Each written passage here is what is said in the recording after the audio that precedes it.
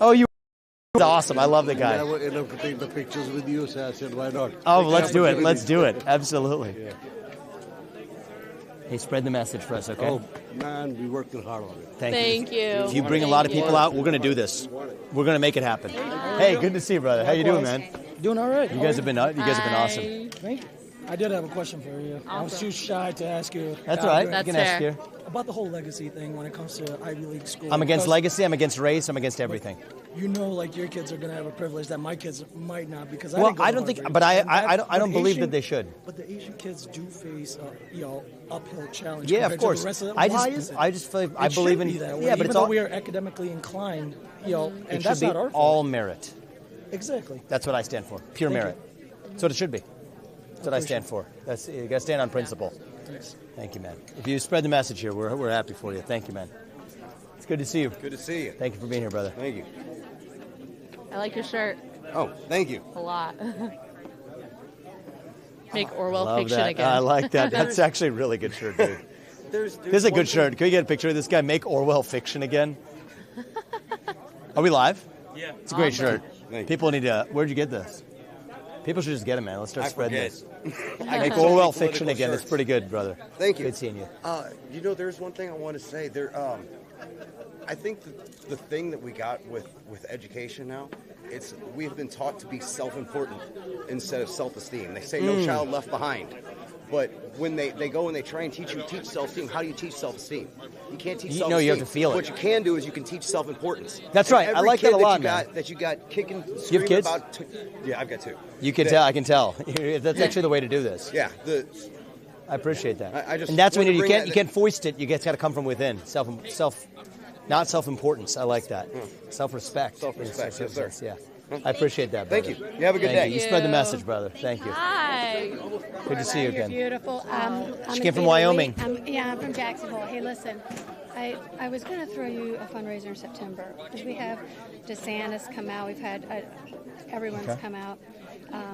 People just left town. It's kind of a weird season right now. Okay. But I want to talk to you about that. I want to talk to you about a couple of things, not with cameras. I will say that I accidentally ended up at the Ron DeSantis PAC lunch, just very accidentally. There's a mega donor, that's one of my clients, and one of his largest donors told them that their daughter and wives are coming home saying, "Who's Vivek Ramaswamy?" It's actually quite hilarious. Oh, that's Listen, really I funny. want to talk Thank to you. you about the financial system and how they're controlling us with our money. And so Yeah. I have a little write-up. I went and typed it up and put it.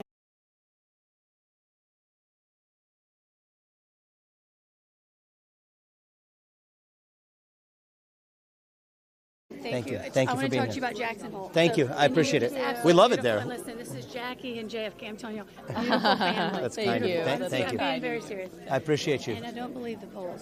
Oh, I don't You believe have them for a been minute. Killing it. You have been killing Thank it you. with these videos and stuff. Thank you. You're calling people out, and people are watching it. People don't pay attention to politics. That's okay. Thank I'm telling you. you're doing great. Thank you. Thank you. We won't stop.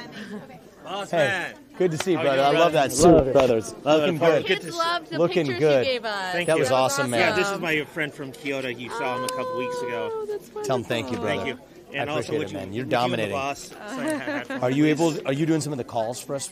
I am not. We would love to have you, 'cause you'd be really good at it. Due to my work, No, I I know. got to You would work just in be a good couple at it. Is all- yeah. hours. Oh. You do. So, Yeah. Well, Stick thank a- you. Thank you for coming out so regularly.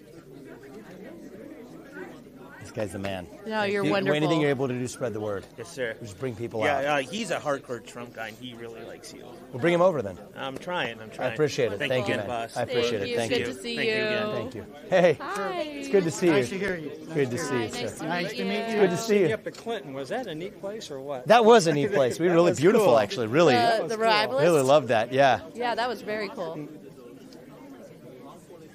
look at me. Oh. 1, 2, 3. Great place to do an event. you. Yeah, Thank you. You thank spread you. the message for us. And Oh, we will, man. have you Good done the luck to you, caucus? man. You've done the caucus, I assume. Well, I'm from Illinois, so. Oh, you are? Okay, spread the Well, we message need to your vol- friends we here. need volunteers. If you volunteer If with you us can here, we would love volunteer for that. us at All right, all right.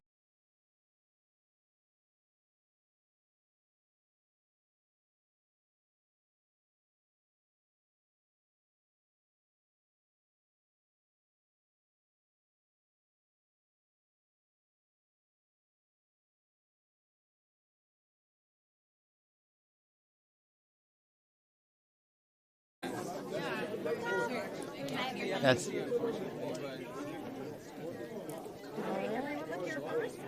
Look at that. Look at that one first. Kumar, that's not a smile. Now look at me. Come on, Doc. Doc's smiling. Thank you guys. Thank you. Spread the message and Always. yep, thank you. Thank you guys. So nice to meet you. Thank you guys. Happy New Year, guys. Thank you. Counting on you. Team Tushar here too. Yeah, thank you. Hey, good to see you. good to see you guys. How are you? Happy New Year. Happy New Year, guys. Good to see you. Hi, good to see you. Thank you. Happy New Year. Thank you guys. No problem. All the best. Thank you. Thank you. Thank you. I appreciate it. We are going to do this. Absolutely. It's the only option. Thank you. We'll get this done. Thank you. With your help, we're going to make it happen. Definitely. We're Thank all you. trying. Thank you. All the best to you. With your help, Thank we're going to you do so it. much. Thank See you. soon. Make it happen. Thank you, guys. Take care. Thank you. Hi. Good to see you. Thank you for being here. Okay, Thank I'm going you. to put my hat on. Okay, nice. Love it. Love that. Awesome. Thank you. Have you done the so caucus much. before?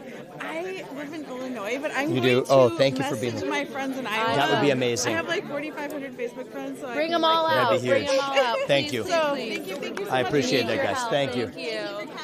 Hey, guys. again. Good to see you guys. Hi. Thank you, man. I I appreciate it. had city council meeting tonight, so. You did. You look thank amazing. You. Y'all look so skinny. I know. Thank you. Thank God you, bless guys. you. I We'll see appreciate you, that. See you at the next one. Oh, absolutely. sounds good. We're appreciative Good of to see everything. you Spread this again. message. We're going to do this. Hey, guys. Oh, nice. Good to see you, man. Thank you for being here, brother. out. Thank you for what you're doing and saying. Appreciate you. Thank you. for I coming appreciate it, out. brother. Really Thank you, man. appreciate Just it. spread the word. Thank you. All right, guys. Bye. Come on in. Yeah. Hey, guys. Hey, guys. Good to see you, man. This is good to see you.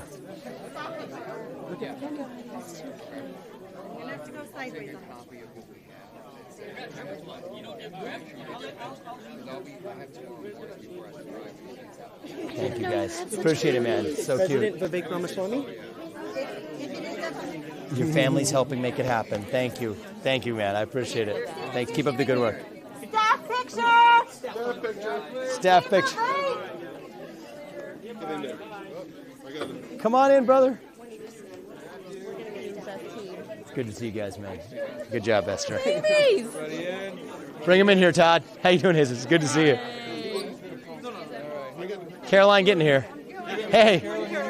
How you doing? 1, 2, 3. At the green phone. Look at Gavin. 1, 2, 3. Let's do this, guys. Awesome. Dominant. Keep it up. Oh, good to see you, brother. We're going to do this, brother. Absolutely. Thank you, man. You're dominant. Do you mind if I get you to sign Yes. those on my pets? So, there's two. How are you? Good to see you. I gotta take a matching picture. I was telling Scott Webb, so I was like, I'm an immigrant to this country and came as a refugee in 97, so. Order of shade. Caroline. People like you keep bringing the spirit, man. Thank you. Come to that caucus on the 15th. Definitely. Well, good to see you. How are you? How are you? Good. How are you Good doing? to see you. Good to see you. How are you? How you been? Good to see you. a magnet. Can't stay away. Thank you. I love it, guys. I love you guys. Thank you. And your wife. Apurva, get in for a quick one. Quick one. Thank you. It's good to be back. We've been seeing you for years. We've been seeing you for years. Thank you. Oh, yes, we will. We will. We're going to just the guys are- beginning. Thank you. You're amazing. If you Thank keep you. spreading the message here, We're I praying appreciate for you. that. Thank you. We'll Thank keep you. working. Thank you, guys. We're for our family, You're and we're my grateful. prayers. Thank you. It means a lot to us. Will you be here January 15th? Yes, For the caucus. definitely. Okay, good. Thank you. Thank you, guys. I appreciate it. Thank you. Thank you. All right. Go. Hey, what you gonna do? Oh, yeah. Sounds good. I think they just want you. Yeah, thanks. Thank you, man. I appreciate it. Try to keep it nice and tight and quick. Ramaswamy, at the beginning of your event today, you had a video playing the endorsement from the former representative Stephen King, but you didn't bring it up during your speech.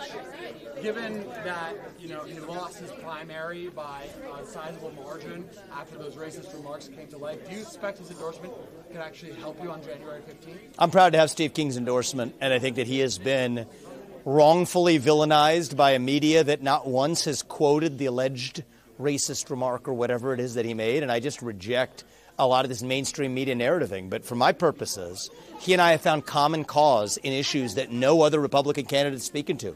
Against the CO2 pipeline using eminent domain to seize the land of innocent farmers who don't want that built in their backyards. Somebody who actually, before it was cool, was calling for building the wall. Now something we accept needs to be normalized policy in this country. And so, yes, I'm proud to have his endorsement. And I've met so many Iowans on the ground, very different than the media, who understand that somebody actually stood to represent their interests, saying the things that other people weren't willing to say on issues ranging from the carbon capture pipeline to actually securing our borders, to actually reviving our national identity and even making English the national language of the United States, which I agree with. And so I'm proud to have his endorsement. I'm not a political analyst. That's your job. Maybe you should try doing it. Yep. Thank you. We'll go across the board. So are you essentially saying that it doesn't matter if someone said things racist in the past if they agree with you on it? I'm saying that if there's one person in the media that wants to point out one actual eyewitness of the exact racist thing that Steve King said with a recording or otherwise, I'm happy to entertain that. But I've gotten to know a man, and I'm not going to go off of some mainstream media smear. I see how much you all have lied for years with zero accountability for, we could just go down the list. I went through it with Alex earlier today. Could do it again with all of you, from the Hunter Biden laptop to the origin of COVID to how our money's being spent in Ukraine to the truth of actually what happened with the Russia collusion hoax that was never admitted to. We could go down the list of the mainstream media lies. And so I'm not going to be a person that takes the front page of the New York Times, takes that as gospel compared to what my own understanding of an actual human being is who I've met. That's a patriot who cares about this country, who cares about issues that the rest of the Republican Party isn't taking on. From the CO2 pipeline affecting fellow Iowans, why aren't you asking the question of other Republicans here of why they aren't saying a darn thing for the use of eminent domain to violate the private property rights of the people in their own state with the Republican Party that supposedly cares about private property rights? Focus on the actual job of the issues that this man and people like me are standing for that other candidates aren't willing to speak to. And I reject this mainstream media tarring of a feather exercise. I'm not going to play a role in that kind of cancel culture. I'm proud to have his endorsement. And I'll tell you, people like Steve King and Pat Buchanan, they were the OGs long before Donald Trump of the America First movement. We're standing on the shoulders of giants all the way back to George Washington. And so, yes, I'm proud to have the endorsement of one of the people who was actually one of the true America First conservatives long before it was cool to be called America First. And I think that most Iowans across this state actually recognize that as well. For those still undecided voters, what makes your truth and not, a strong presentation of your opinion? And also, why should they believe you? Yeah, so look, I had someone who came up to me after this event, and I appreciate her exchange. She was the woman who asked the question about my views on LGBTQ movement. She said she hasn't been a traditional Republican voter. She hasn't voted in Republican primary or caucus before. And she said, I don't agree with you on everything, but I'll tell you something. You made me think about something differently than I did before I came here, and that's what I want in my president. And I told her something in response. One of the people that came up before her had me sign a copy of my first book, Woke Inc., and I told her whatever was in that book, I agree with about 95% of what's in there now, because I've also been made to rethink some of my views as they've evolved.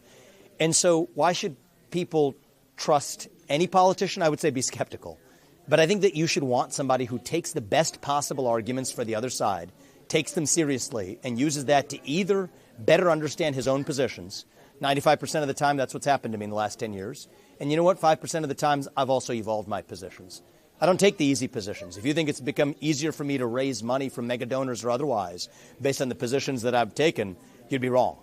But I've said this many times. I would rather speak my true convictions and lose this election than to win by playing some fake game of political snakes and ladders.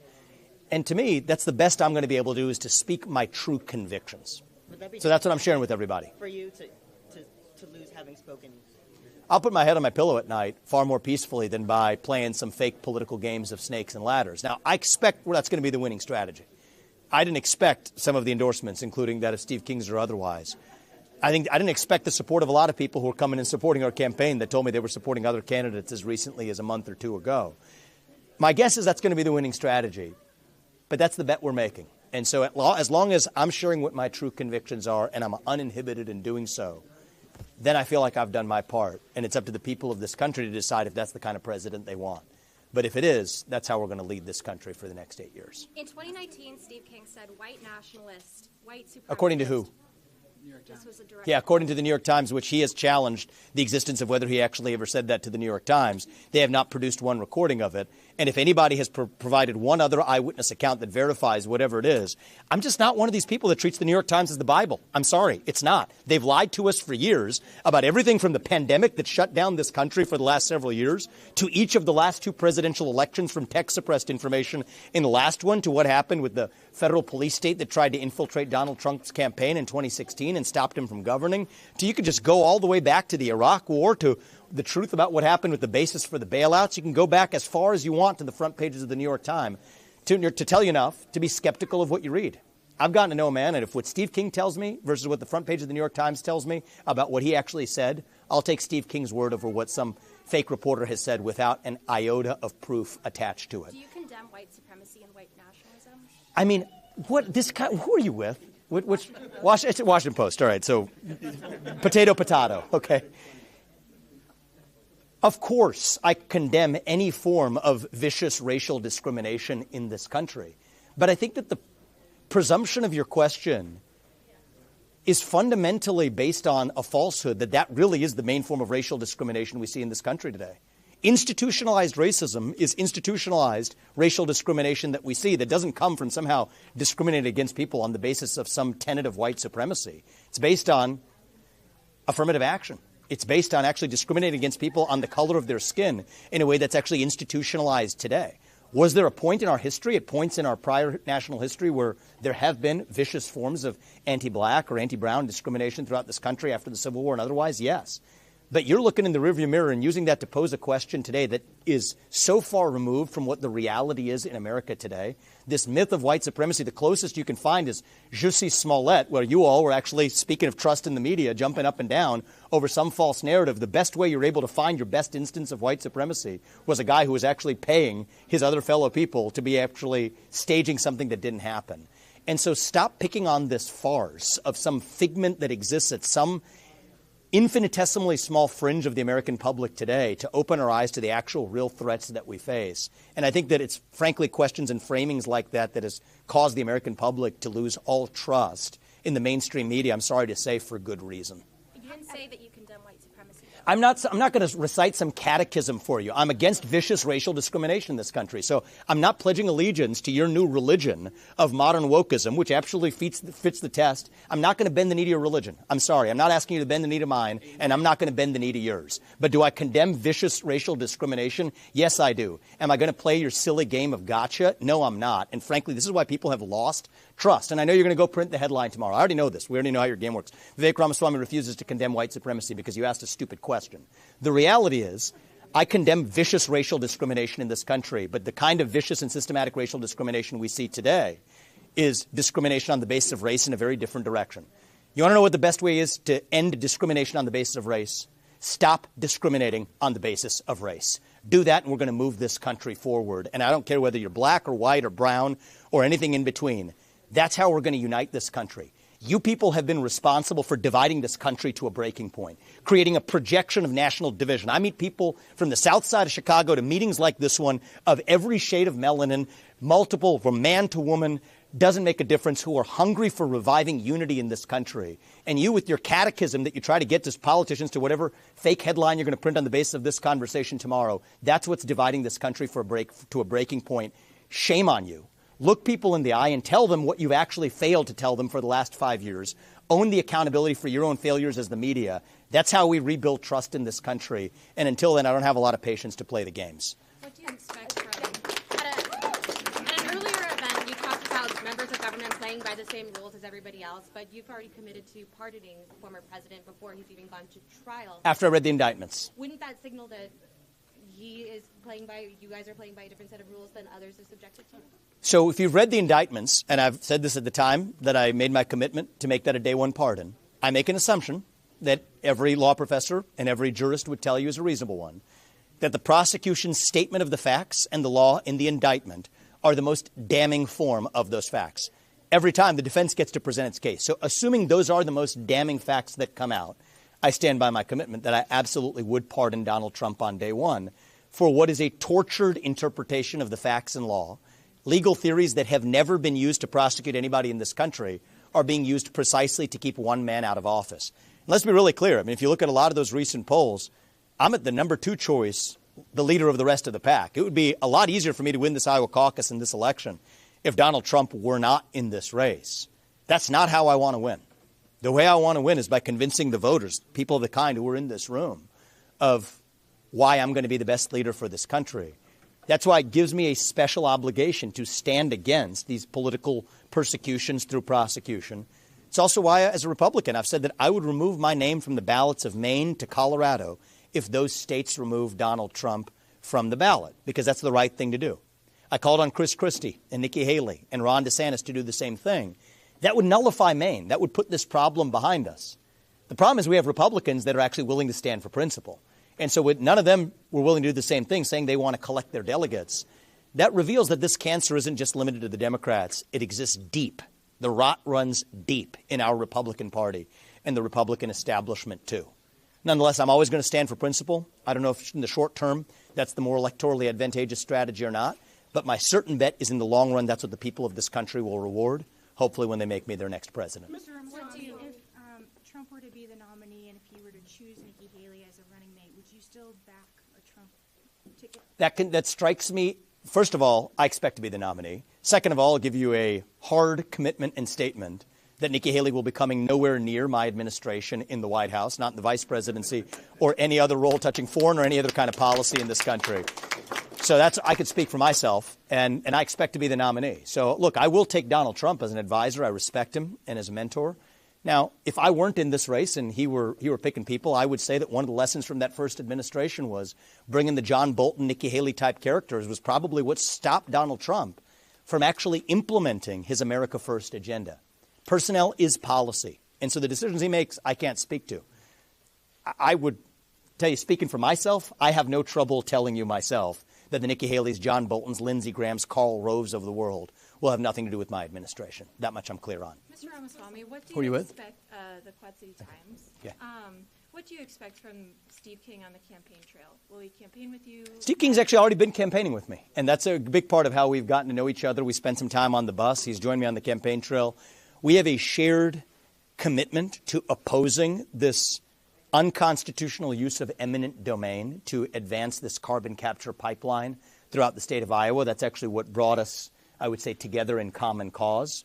But I think the more time we spent together, the more we realize that we share a common view of this country, that we're missing a shared national identity, that we need to revive who we really are as Americans, that a nation without borders is not a nation. See, back when Steve King said we need to build the wall, he was dismissed as a racist. Now even Joe Biden's coming around to saying the same thing. It's funny how things change. From alleged white supremacy to actually being sensible policy that even both political parties today agree with. And so, yes, I look forward to spending more time with him. I expect that he'll be joining us at campaign events. He actually wanted to be here today, but it was in the other part of the state from where he was, so we made the announcement by way of video. But I do expect to be doing events with him in the coming couple of days and weeks. Mr. Ramaswamy, I saw your tweet earlier today about the Harvard president resigning. Yes. And I saw you said that her hiring was a thinly veiled exercise in race and gender when they selected her. And I was just wondering if you could expand on what you meant by that and what you expect to happen next. Yeah, look, I think that people are no longer hired in this country based on merit. It's not really that much of a surprise. I think that when you have institutions that talk about representation based on race and gender and then select candidates who are blatantly unqualified to occupy that position, whether it's the vice presidency of the United States, which is what you have today, or the president of Harvard, which is what you had as of at least this morning before she resigned, you get what you pay for. You have a vice president in charge of AI policy who, if I had my money betting on it, probably couldn't spell AI. And if you have actually a president of Harvard who hasn't written an article herself that hasn't come from block text pasting down to the citations of somebody else, yeah, we're not putting people in positions of leadership based on merit. And I think among the people who it's unfair to are other people who have those same genetic characteristics. I think a lot of people who have gotten their positions based on merit, who might be black or women or both, are wrongfully viewed as having gotten that position not meritocratically. I think it's every bit as unfair to them as it is to anybody else who was denied that position as well. So I think an institution like Harvard needs to go back to its purpose. What is its purpose? Is it actually to advance education and pursue truth through research and otherwise? Its slogan is Veritas. It's Latin for truth. Is that really the purpose? If so, pick the person who's the best person for the job to advance that mission.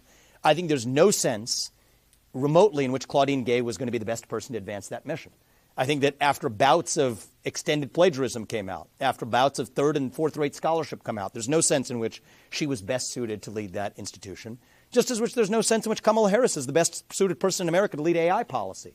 I could think of fewer greater risks to the future of humanity if they actually take that seriously, but thankfully I think they're just keeping her busy. But I think that that's, insulting to every American, and I think it's insulting to our way of life. America is supposed to be a country where the best person gets the job through merit, regardless of skin color, regardless of sexual orientation, regardless of gender. That's the America I want to see again. That's the America that my parents knew when they came here 40 years ago. That's the American dream that we're taught to believe in, that you get ahead in this country, not on the color of your skin, but on the content of your character. And I hope that, even when I was on the presidential search committee at Harvard, I was in the student advisory committee to this presidential search committee after Larry Summers was ousted in 2006. I remember it was the unspoken rule, and I actually said the quiet part out loud and remembered getting a lot of pushback for it. There was no way after Larry Summers stepped down in those conditions that Harvard was going to choose anyone other than a woman at the time. It's exactly what they did. And I remembered feeling like that was anti-meritocratic at the time, and I remember feeling like it's anti-meritocratic today. And so once we go back to saying hire the best person for the job, I'm fully confident we'll have all kinds of diversity. But let it be a byproduct of choosing the best person, not intentionally setting up racial and gender quota systems. And in many ways, if this was anyone other than Claudine Gay who had gotten that position, they would have been out of that position long ago. They would have never gotten the position in the first place. It's uncomfortable to say. But the reality is that is the logical extension of the DEI agenda that's actually permeated these universities. I've been writing about it for years. And I'm glad that many on the left are even finally coming around to admit the failures of that agenda. Last question. Mr. Ramaswamy, how can you seriously cite Jussie Smollett when talking about white supremacy when people like Dylan Roof exist? I don't know who that is. The Charleston shooter who shot up a black church in Charleston, South Carolina. Well, look, Jussie Smollett is a made-up case of white supremacy. I mean, that's the real answer to this question. If you think about what happened in Waukesha or in other cases, there's a selective disclosure of the number of cases that the mainstream media frets about versus, you want to think about how many, if people really gave a damn about black lives in this country, they would be talking about the number of black deaths in places like the inner city of Chicago or elsewhere. But somehow people in this country don't care about black-on-black crime. They only look with magnifying lens after the one case that allows them to prove a political point. So, yes, I actually do care about protecting the lives of Americans. And if so, we would be supporting policies rather than clearing the jails and defunding the police. We would actually be standing for what lifts up all Americans, allowing police officers to do their jobs without fear of being sued for looking over their shoulders and doing the wrong thing. Nobody seems to care about that or simply more interested in making a political point or a stunt out of the one instance. If you go to the federal law enforcement tables of black on black, black on Asian, Asian on black, white on black crime, it doesn't tell a story of systemic racism at all. It tells a story of violent crime going up for all races in this country. How about we actually address that? And for places I've traveled, including from the inner cities of this country, I think that's what many of the victims who are suffering actually care about. People who are cloistered in some sort of East Coast coffee shop or whatever that want to feel better about themselves to fill their own vacuum of purpose in their own lives might feel better about chanting BLM or some other slogan. But I don't think that that's actually doing much to advance American lives or black lives in this country. And I reject that mythology. And the way in which the mainstream media actually took over that case of Jussie Smollett, or whatever the respectfully pronunciation of the actor's name would be, versus the tens of deaths in that same city of actual black men and women who are shot every day, was such a disparate understanding that the actual biggest story of supposed white supremacy in a long time was itself a contrived case of a hoax. The media has to contend with that. Yet another case in which the media didn't be able to look its own audience in the eye and apologize for their own failures. So yes, I think that there's some accountability due in the media that's created a mythology that's different from the actual facts. And, as Washington Post person or, whichever New York Times colleague, flip side of the same coin are going to distort this conversation and represent it as whatever they want to in tomorrow's paper. What they miss is I'm the first person to say it every time. We're not a perfect nation. We never have been since our founding. But we're founded on the pursuit of a more perfect union. And if we're failing to acknowledge the progress we have made in a century and in the last half century to the point where if we've ever gotten to a point on God's green earth in the history of this earth where somebody is able to achieve whatever they want with their own hard work and commitment without regard to the color of their skin or their gender or their sexuality. It's the modern United States of America. And yet it's precisely at that point in our history where you have people who have obsessed over the very alleged injustices that are as close to disappearing as we've ever gotten to. And that's what's actually making the underlying alleged injustices even worse now. And so I think we're creating a new wave of racism. We're creating a new wave of sexism in response to these failed policies. I think that the left is largely responsible for that. But I'm not in a left versus right blame game. I'm going to speak the truth. And I think that we're as close as we have to achieving our more perfect union. And I refuse to let mainstream media narratives or cynical political narratives get in the way of us actually getting there. Thanks. We'll see you guys tomorrow. Thank you, guys. Thank you, guys. Thank you. Thank you, guys. Thank you. I never got a picture with you. Can I have a picture with you? Thank you. Man, there's one guy that speaks the truth. Finally. Thank you. Thank you. I appreciate you being here. Thank you. Thanks. Thank you, guys. I can do like went to one too. Where are you from? Bettendorf here. Amazing. So Spread the message in Bettendorf. I will. We're grateful. Thank you, guys. I appreciate you guys. Thank you. Thank you guys for being here. Thank you, guys. Take care. All the best. Thank you, guys. I appreciate it, guys. Happy Thank New you, Year. man. Happy New Year, guys. Thank you, guys. I appreciate it. Thank you. Thank you, man. I appreciate it. Keep it up, buddy. Keep it up, buddy. You're doing a good job.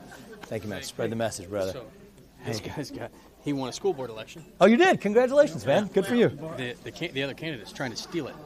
Oh, really? In court. I need to sign that one. That's not great. So what's going on right now? So they wanted to tell you the story? I would love to. We love that place. We're going to Des Moines tonight with the kids. Otherwise, I'd be chilling here all night. We'd have a bunch of margaritas out there. I told those guys to tell you a little bit about it if you got 2 seconds. Okay, you want to do it while we're walking out? Yeah, that's fine. Thank you, thank you. But no media. Okay, no media. He just killed this. They want to tell me something. This is our guy.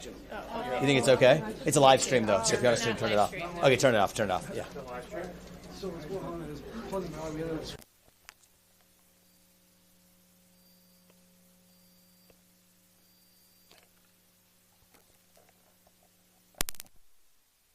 by going through and counting votes that, according to law, don't count.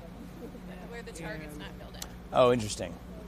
So hopefully the judge has some good sense. One of the judges on the recount. And so now she's filed for